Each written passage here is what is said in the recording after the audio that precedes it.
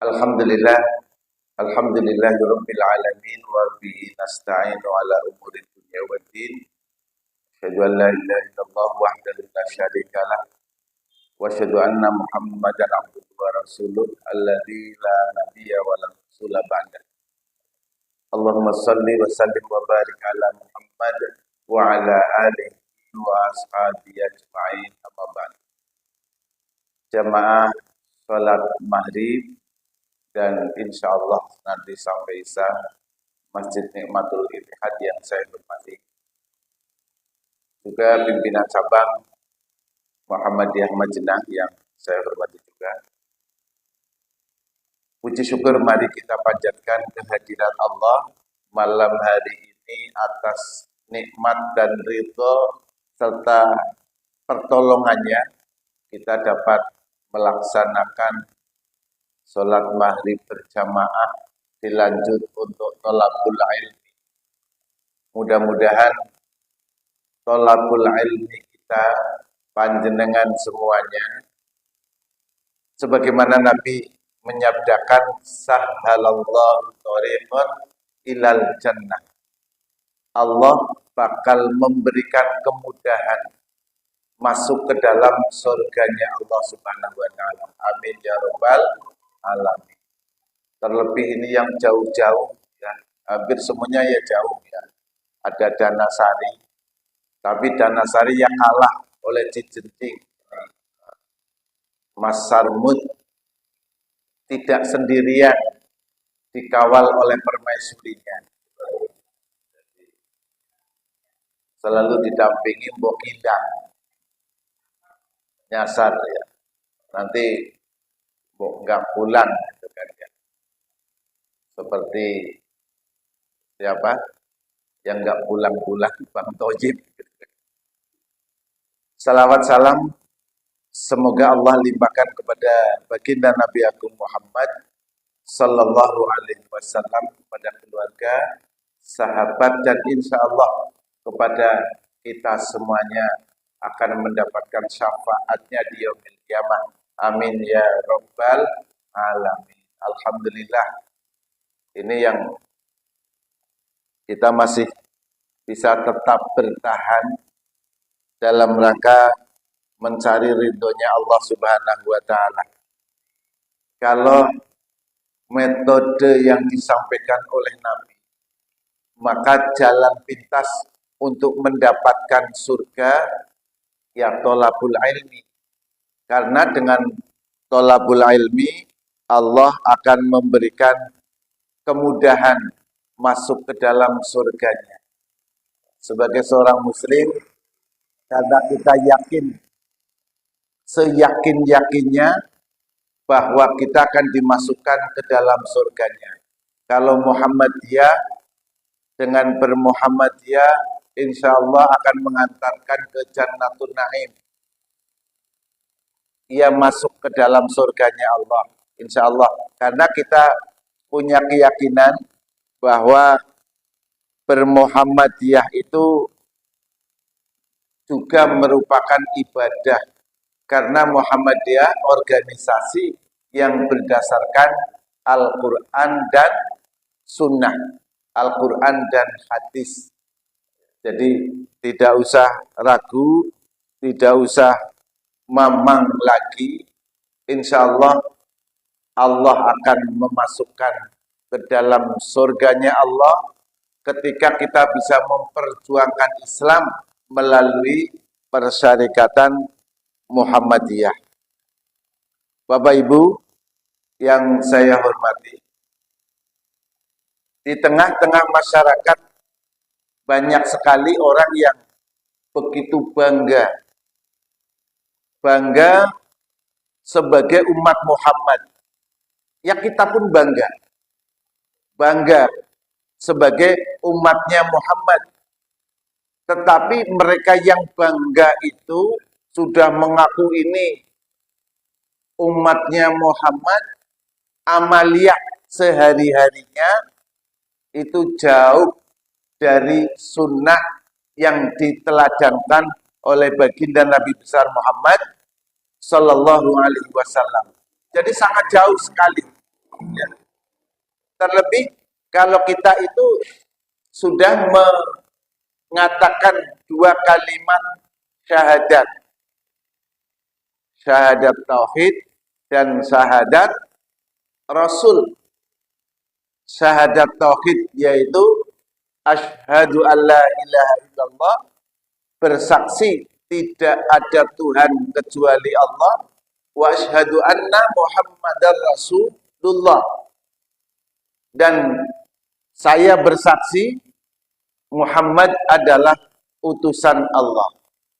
Ya, kita sudah bersaksi sehingga ketika kita menjadi umat Nabi, merasa bangga dengan Nabi, maka tidak cukup mengatakan saya bangga, tetapi tidak mengamalkan ajaran-ajarannya. Ketika kita sudah wa asyhadu anna Muhammadar Rasulullah, bersaksi bahwa tidak ada Tuhan, bahwasanya Muhammad adalah utusan Allah, paling tidak kita sudah punya keyakinan yang tidak akan tergoyahkan lagi.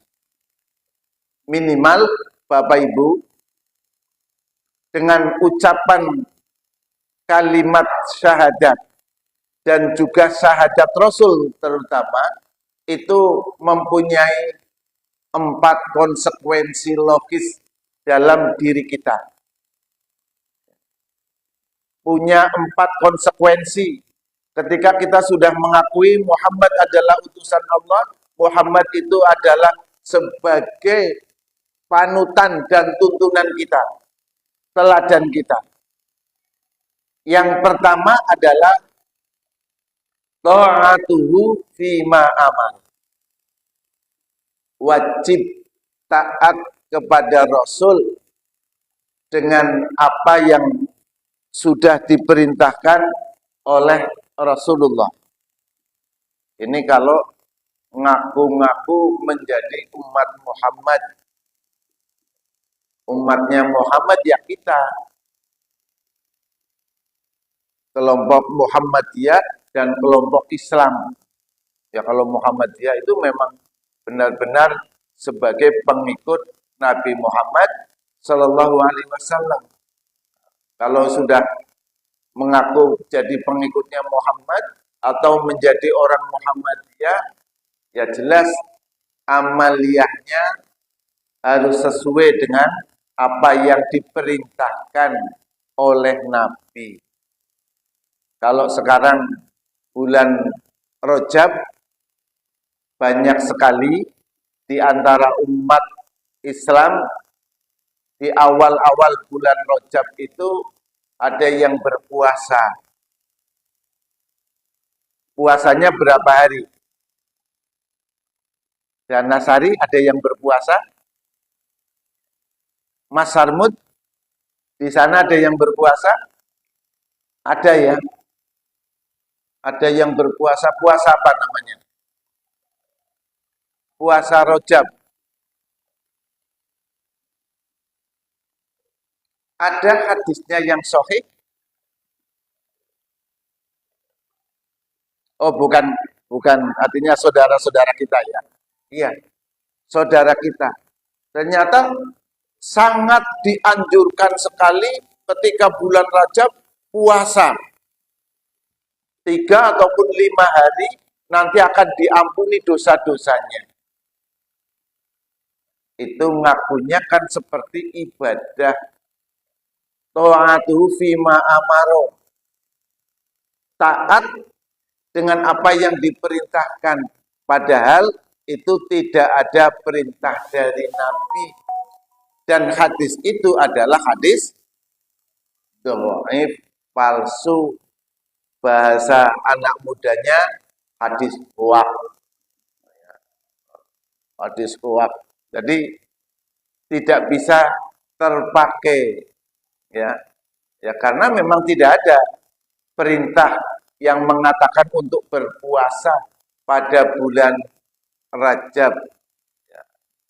Kalau umpamanya ada lagi, ada disunatkan juga katanya ada sholat 2 rakaat pada malam Jumat di bulan Rajab, di minggu pertama. Jadi sunatnya namanya sholat sunat rogoib. Apa? Ya. Jadi itu pun juga hadisnya tidak sahih. Ataupun hadisnya itu maudhu. Jadi tidak kuat, dhaif. Ya kalau hadisnya tidak kuat, maka tidak bisa sebagai hujjah. Dalam beribadah itu ada keharusan, ada tidak dalilnya. Ya kalau tidak ada dalilnya berarti tidak harus dan harus kita tinggalkan. Jadi ini yang penting untuk kita semua. Kemudian yang kedua, konsekuensi daripada wa asyhadu anna Muhammadar Rasulullah adalah ijtinabu manaha anhu. Menjauhi apa-apa yang dilarang oleh Nabi. Jadi ketika Nabi kita itu sudah bersabda, umpamanya harus kita jauhi, jangan sampai kita amalkan, ya kewajiban taat kepada apa yang disabdakan oleh beliau. Itu yang namanya hadis. Hadis itu yang harus kita taati adalah baik qaulan, fi'lan, atau takriran. Jadi apa yang disabdakan oleh Nabi atau yang dikerjakan oleh Nabi atau takrir yang nyatakan atau mungkin sudah diakui oleh Nabi. Contohnya umpamanya kemarin saya kedatangan mahasiswa yang menanyakan tentang bagaimana sentuhan laki-laki dengan perempuan, wabil khusus suami istri. Terus bagaimana tawasul menurut Muhammadiyah. Ini pertanyaan yang agak mepet-mepet dengan saudara kita. Tapi ya memang harus saya jawab, ya, bahwa di Muhammadiyah itu menyentuh laki-laki, terutama suami atau istri, yang memang tidak batal. Karena apa? Karena baginda Nabi memberikan contoh kepada umatnya. Nabi ketika beliau itu sudah wudhu, akan menjadi imam, ternyata beliau mencium istrinya Aisyah. Jadi masar mudara apa-apa, nggak apa-apa nanti aku warmi mami. Kemudian mencium istrinya, harap mencium anaknya kadang-kadang ngenangi bojone umpamane. Loh ya batal ge Mas. Nabi ketika mencium Aisyah itu beliau tidak lagi mengambil air itu, tetapi terus menjadi imam sholat. Ya termasuk juga ketika beliau ada di dalam masjid sedang i'tikaf, maka tiba-tiba istrinya datang menyisiri rambut beliau. Dan itu juga tidak membatalkan. Nyatanya beliau tetap i'tikaf di dalam masjid. Kalaupun itu batal, seandainya itu batal, maka pastilah beliau itu akan keluar dari masjid dan ambil air wudu. Itu sebagai dalil. Baik fi'lan atau takriron.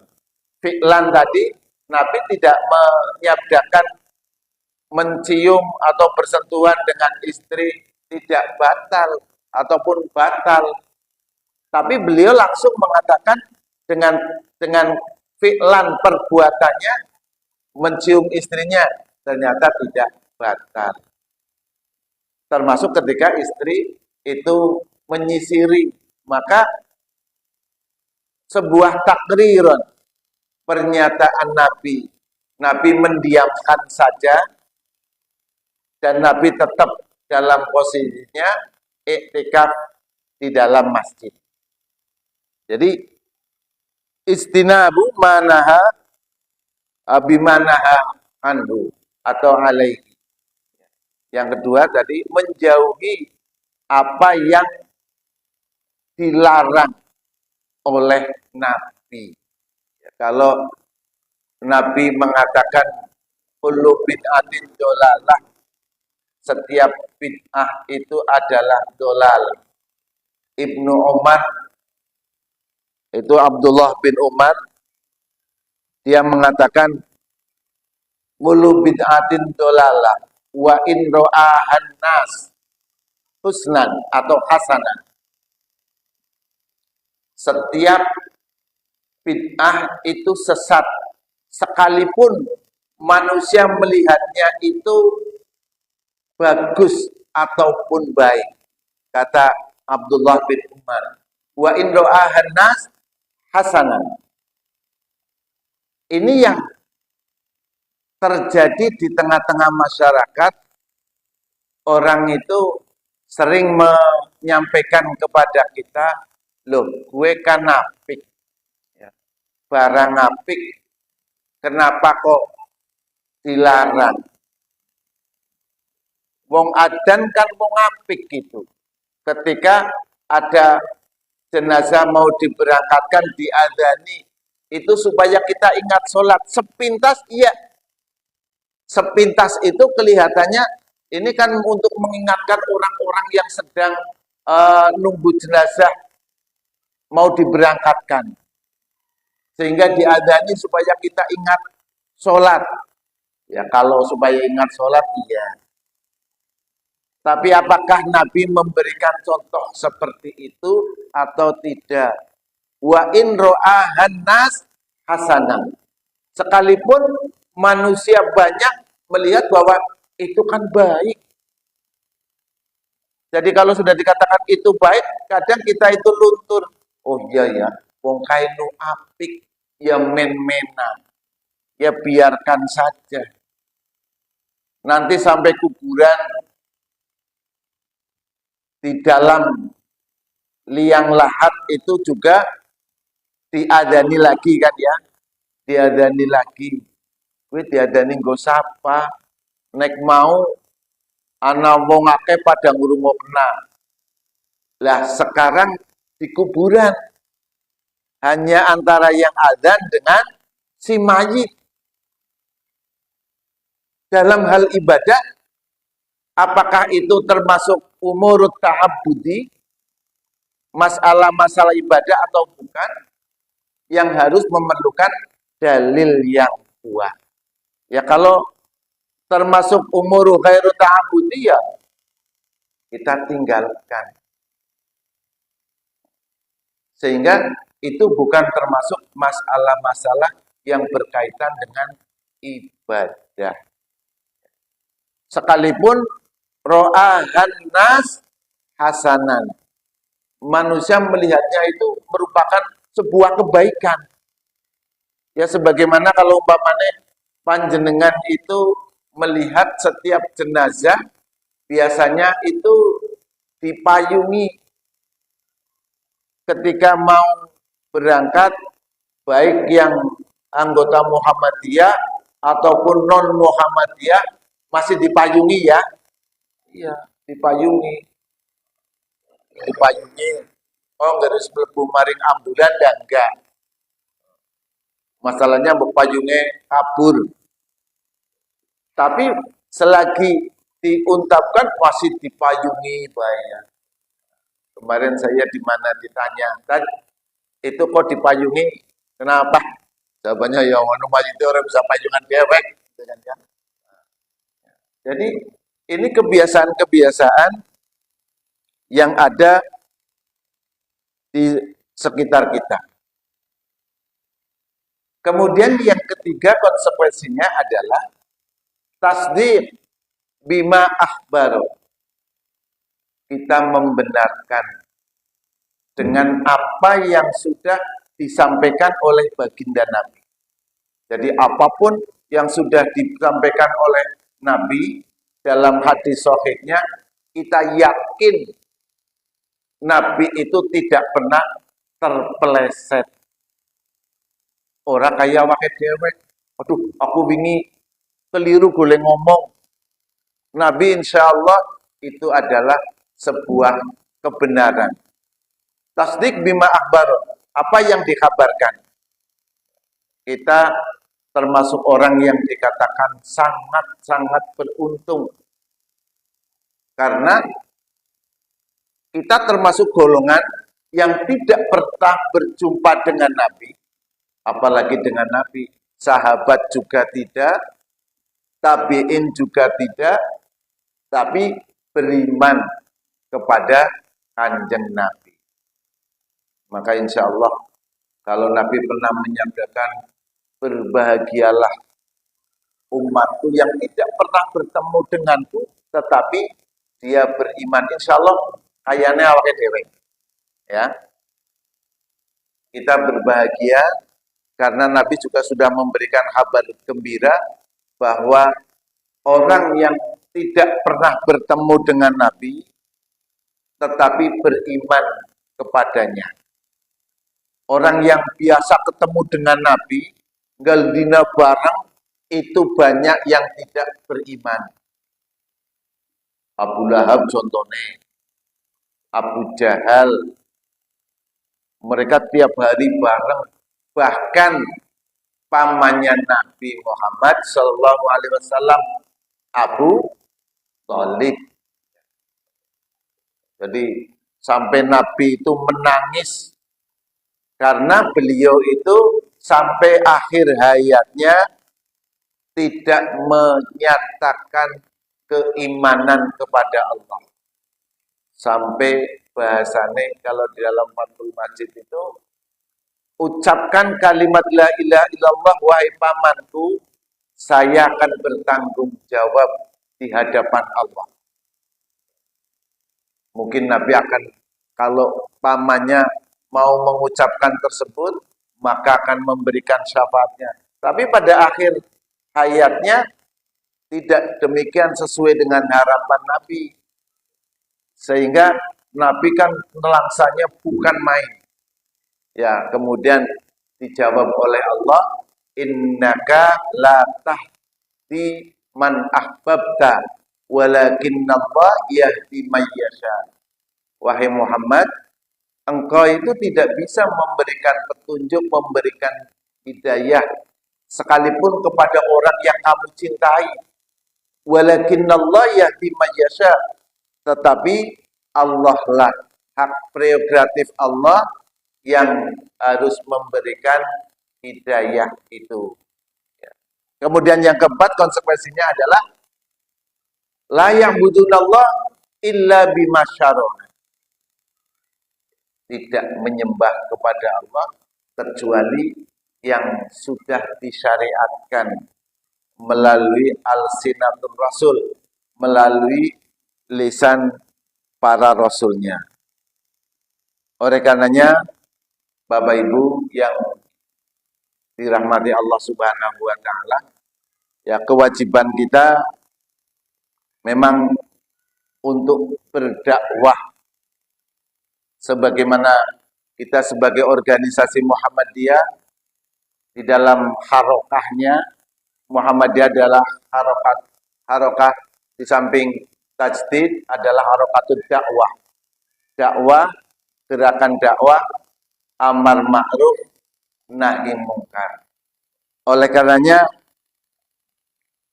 Muhammadiyah memang sudah memberikan pembekalan kepada anggota Muhammadiyah semuanya, yang itu tercermin dalam 10 kepribadian Muhammadiyah. Itu yang harus menjadi pedoman kita semuanya bahwa 10 kepribadian yang diwacanakan atau yang sudah ditanamkan oleh Muhammadiyah. Yang pertama, walaupun nanti tidak semuanya, adalah beramal dan berjuang untuk perdamaian dan juga kemaslahatan umat, artinya kemaslahatan orang banyak. Ketika kita beramal dan berjuang, itu dalam rangka untuk perdamaian masyarakat luas, sehingga amal yang kita lakukan, amal yang kita kerjakan agar bisa diterima oleh Allah, sebagaimana yang kemarin sudah saya sampaikan, setidaknya ada 3 ataupun 4 syarat yang harus terpenuhi. Yang pertama adalah tidak menyekutukan Allah. Ya, tidak syirik kepada Allah.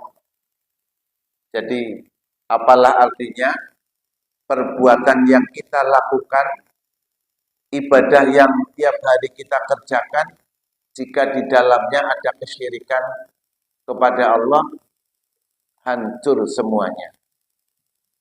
Yang kedua adalah ikhlas. Ikhlas lillahi ta'ala, ikhlas sunniyah.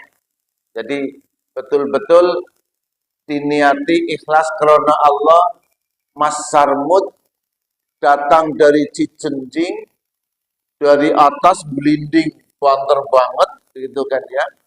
Sampai ke sini, niati pertama ikhlas lillahi ta'ala. Jangan sampai di sini, yang dekat-dekat nggak pada pengajian ya. Saya saja yang jauh datang pengajian. Yang dikhawatirkan apa? Bok ana rasa orang ikhlas. Jadi kita mengikhlaskan niat kita. Ada tidak yang datang, maka saya ikhlas karena Allah. Karena punya tujuan tolabul ilmi. Janji Nabi, tadi saya sampaikan, sahalallahu thoriqan ilal jannah. Mingi-mingi Kanjeng Nabi Mas Salmud, ya. Tidak usah berkecil hati, karena insya Allah Allah akan memberikan kemudahan kita di dalam masuk ke dalam surganya Allah Subhanahu wa Ta'ala. Kemudian yang kedua, Bapak Ibu yang saya hormati, memperbanyak kawan dan juga mengamalkan ukhuwah Islamiyah. Memperbanyak kawan merupakan konsep Muhammadiyah yang didasarkan kepada Al-Quran Al-Karim. Innamal mu'minuna ikhwatun. Sesungguhnya orang mukmin itu bersaudara. Jadi kemarin pada waktu Ahad Sabtu Pon saya sampaikan bahwa saudaranya orang Muhammadiyah itu siapa saja, ya bukan hanya pemuda Muhammadiyah, tetapi orang NU itu adalah saudara kita. Aisyah punya saudara. Siapa saudaranya? Muslimat NU adalah saudaranya. Dan juga orang yang mengaku dirinya beriman kepada Allah, maka itu adalah saudara kita semuanya. Sekalipun kadang-kadang sesama saudara saling fastabiqul khairat, begitu kan ya? Ya, itu merupakan mungkin kejadian yang biasa terjadi di dunia ini. Ya. Kemudian yang ketiga, Seorang Muhammadiyah harus punya kepribadian lapang dada dan punya pandangan yang luas, jangan sempit. Ya, ketika mungkin ada saudara muslim, kita tahu banyak di Aceh, Masjid Muhammadiyah dibakar umpamanya. Ya, kita jangan terus dari Mejenang beruduk. Ayo, mari Aceh, solidaritas. Anak masjid bakari gawa bensin, ya itu tidak benar. Ya. Jadi kalau Nabi melihat seperti itu, apa kata Nabi? Mereka doakan barangkali mereka itu belum mendapatkan hidayah dari Allah. Bagaimana Nabi ketika hijrah pertama kali ke kampung apa? Sebelum ke Madinah, ke Taif, itu kan ya. Jadi masyarakatnya yang berjanji akan menyambutnya, akan membela Nabi. Ternyata ketika kedatangan Nabi di Taif itu, mereka sudah berdiri, Nabi menyangka itu akan menyambutnya dengan baik. Kalau di Yastrib itu dengan ucapan Tola'al Badru. Tetapi lain di Taif itu malah pada pemudanya megangi batu. Jadi Tola'al Hajar, muncul batu bermunculan dari tangannya para pemuda Taif itu melempari Nabi. Sehingga malaikat Jibril itu menawarkan pada waktu itu, wahai Muhammad, jika engkau menginginkan penduduk Taif itu untuk kami lenyapkan, jika diizinkan, bukit atau gunung Uhud akan saya angkat untuk dijatuhkan kepada mereka. Ya bagi malaikat Jibril kan gunung Uhud kayak kita ngambil mungkin pendoan, apa mungkin kayak ngambil apa sih bunter-bunter itu, ambil jatuhkan di situ, indil-indil apa ondol-ondol, jatuhkan sudah. Karena Jibril itu tidak seperti yang kita bayangkan, mempunyai sayap sebanyak 6 sayap, yang ketika duduk di langit sayapnya itu sampai kangsrah maring bumi. Yang derek Mas Anu kayaknya juga gilapen melihat kondisi asli daripada malaikat Jibril. Oleh karenanya kita memang harus berlapang dada. Ketika Pak Abdul Mukti dikuyak-kuyak, tidak boleh masuk ke salah satu kabupaten yang Muhammadiyah tidak jadi mengadakan, Pak Abdul Mukti tidak pernah berkomentar apa-apa. Walaupun banyak dari para pemudanya itu jengkelnya setengah mati. Kemudian yang kedua, bagaimana kita diberikan contoh keteladanan yang luar biasa dari seorang pimpinan Muhammadiyah yang dibilang cangkemmu oleh kader Muhammadiyah. Dia begitu lapang dada, tidak pernah balas, tidak pernah ngomai. Mungkin beda dengan kita. Kalau sudah diomong cangkemmu, nah barangkali ya balas ya. Ya cangkemku dewek, cangkemmu lebih nyengiti umpamanya ya. Jadi Muhammadiyah, orang-orang ataupun para pembesar kita itu memang sungguh luar biasa. Bisa menjadikan panutan bagi kita. Bagaimana Kiai Ahmad Dahlan ketika musolanya itu dibakar, ini kejadian yang keberapa kali. Zamannya Ahmad Dahlan kan musolanya dibakar tuh dirobohkan. Sampai Kiai Dahlan itu mau mengungsi Dia pergi karena merasa, wah, aku ora cocok nang kauman. Musolaku bae wis dibakar, kemudian dirobohkan. Saya mau hijrah saja. Maka dengan Ibu Nyai Walidah Dahlan, beliau itu memang sudah mengemasi barang-barangnya, kemudian berangkatlah ke stasiun Yogyakarta. Tetapi kakaknya Ibu Walidah Dahlan itu mengejar untuk tidak pergi. Sekalipun kurang apa ilmunya Ki Ahmad Dahlan, tapi ketika diuji seperti itu juga menungsa ya, aduh, tinggal bela. Kalau dibandingkan Nabi, ya belum seberapa. Kalau dibandingkan dengan yang lain, mungkin ya itulah ujian. Ketika dikatakan kembali wahai Dahlan, kembali, disinilah tempatmu untuk mengabdi, disinilah tempatmu untuk membesarkan Muhammadiyah, mengembangkan Islam. Akhirnya luluh juga beliau kembali dan juga musolanya dibangunkan kembali oleh saudara-saudara dan juga jamaahnya. Inilah keteladanan yang luar biasa yang dicontohkan oleh para pendiri Muhammadiyah.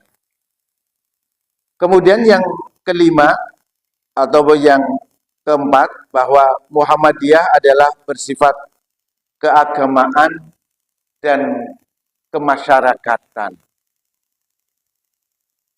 Ini yang menjadi kepribadian Muhammadiyah yang harus kita sama-sama pahami, bahwa Muhammadiyah adalah organisasi keagamaan dan juga kemasyarakatan. Ketika sudah mendeklirkan dirinya sebagai organisasi keagamaan, karena bersifat keagamaan dan juga kemasyarakatan, kita berusaha, oh ya, kita juga sebagai warga Muhammadiyah harus bisa tampil sebagai seorang yang agamis, orang yang melaksanakan ajaran-ajaran agamanya, kemudian bermasyarakat dengan bermasyarakat yang baik. Karena ini adalah keagamaan yang punya tanggung jawab besar di pundak kita, maka agama itu tidak akan bisa berkembang tanpa usaha daripada para pimpinan dan anggotanya. Muhammadiyah orang bakal berkembang jika kita sendiri tidak mau menggerakkan Muhammadiyah itu sendiri. Jadi umat ini tidak akan berkembang, mereka tidak akan punya ilmu agama yang baik kalau kita tidak mau ngopeni. Ya kalau kita tidak mau ngopeni, otomatis nanti akan diopeni oleh orang lain. Ketika kita ibarat barang jatuh, kemudian tidak mau memungutnya, maka pasti akan dipungut orang lain. Ini Muhammadiyah seperti itu. Sering saya sampaikan di daerah pegunungan dulu pada zamannya almarhum Pak Jayusman, Pak Abah Non, ya. Pada zamannya Pak Ilyas almarhum almarhumlah, semuanya sudah meninggal dunia. Di daerah pegunungan itu banyak sekali orang-orang yang istilahnya menjerit, terutama kaitannya dengan keberagamaan. Banyak sekali orang-orang di luar kita, non-muslim, datang ke sana. Dulu rame-ramenya Sarimi, ya, bawa Sarimi, mereka itu pindah agama.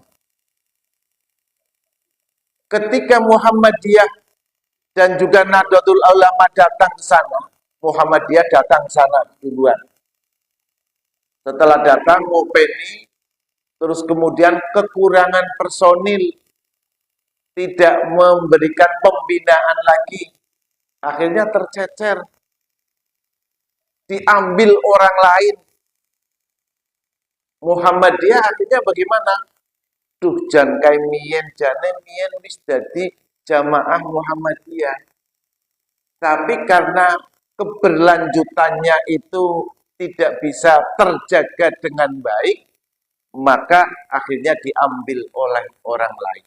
Ini yang kita sangat khawatirkan sekali, Bapak Ibu, yang saya hormati, yang saya muliakan. Kalau Allah berfirman kepada kita dalam surat At-Taubah 41, infiru khifafan wa thiqalan wajahadu bi amwalikum wa anfusikum fi sabilillah dzalikum khairul lakum in kuntum ta'lamun. Infiru, berangkatlah kamu semuanya, khifafan wa thiqalan, dengan ringan ataupun dengan berat hati untuk melangkahnya. Serta wajahadu, berjihad. Sehingga kita itu memang akan menghadapi sebuah masa di mana ketika kita berjihad dengan harta, jiwa, tetapi ada yang perlu kita berjihad luar biasa. Kalau zaman dulu mungkin berjuangnya umat Islam dengan cara perang, berhadapan dengan musuh. Tetapi sekarang sudah tidak lagi dengan mengangkat senjata, mengangkat pedang. Musuh kita yang paling utama, Bapak Ibu, adalah kemungkinan generasi muda kita yang tidak khifafan wa thiqalan, tidak merasa ringan, atau mereka mungkin merasa berat untuk berjuang di jalan Allah. Jangankan datang ke masjid untuk ngaji dari kejauhan, yang dekat masjid saja kadang masih merasa berat sekali untuk datang ke masjid. Dan itu terjadi di mana-mana. Di dekat musola Baitul Haq umpamanya ada Pak Maskur di sana, boleh jadi ada orang di sekitarnya yang tidak mau berangkat ke masjid atau ke musola. Di Al-Hidayah, Al-Azhar, di tempat saya, di beberapa ranting juga seperti itu. Ada yang di sekitar kita sangat berat untuk berangkat menunaikan ibadah, terutama adalah sholat fardu. Maka tantangan yang paling hebat, Bapak Ibu semuanya yang dirahmati Allah, adalah nanti akan munculnya generasi yang a priori terhadap persyarikatan Muhammadiyah. Generasi mudanya sudah tidak punya kepedulian. Dan itu yang perlu ataupun tantangan yang luar biasa bagi kita semuanya. Oleh karenanya, kita memang harus berusaha untuk mengkader anak-anak kita, saudara-saudara kita, bisa memperjuangkan ataupun mendakwahkan Muhammadiyah. Kita yakin, insya Allah dengan bermuhammadiyah itu juga merupakan ibadah kepada Allah. Karena dengan perjuangan melalui Muhammadiyah, kenapa dikatakan ibadah? Ya karena Muhammadiyah pedomannya adalah Al-Quran dan hadis Nabi. Kemudian yang kelima adalah mengindahkan segala hukum. ataupun undang-undang atau mungkin peraturan serta dasar dan falsafah negara. Muhammadiyah belum pernah menjadi oposan. Muhammadiyah tidak pernah menjadi penentang kepada pemerintah. Yang ada itu apa? Fungsi amar ma'ruf nahi mungkar. Sekalipun mungkin ada yang sangat keras, yang sangat vokal di antara kita, ya tokoh-tokoh sebagaimana yang dikritik oleh mantan ketua pemuda Muhammadiyah. Atau mungkin dulu ada almarhum Pak Lukman Harun. Atau juga mungkin saat ini adalah Profesor Din Samsudin. Itu termasuk kelompok ataupun orang-orang yang berani, ya karena mereka tahu bahwa kewajiban kita adalah amar ma'ruf nahi mungkar. Ketika Muhammadiyah atau umat Islam sudah tidak ada nahi mungkar, amar ma'ruf nahi mungkar, maka tunggulah saat kehancurannya. Jadi bisa jadi Islam itu wujuduhu kahadamihi. Islam ada di Indonesia tapi biyen. Sekarang sudah tidak lagi. Sehingga jamaah rahimakumullah, yang terakhir tadi, la ya'budu illa bima syara'a. Tidak beribadah kepada Allah kecuali yang sudah disyariatkan oleh Nabi kita, oleh Allah Subhanahu wa Ta'ala. Saya kira itu yang dapat saya sampaikan.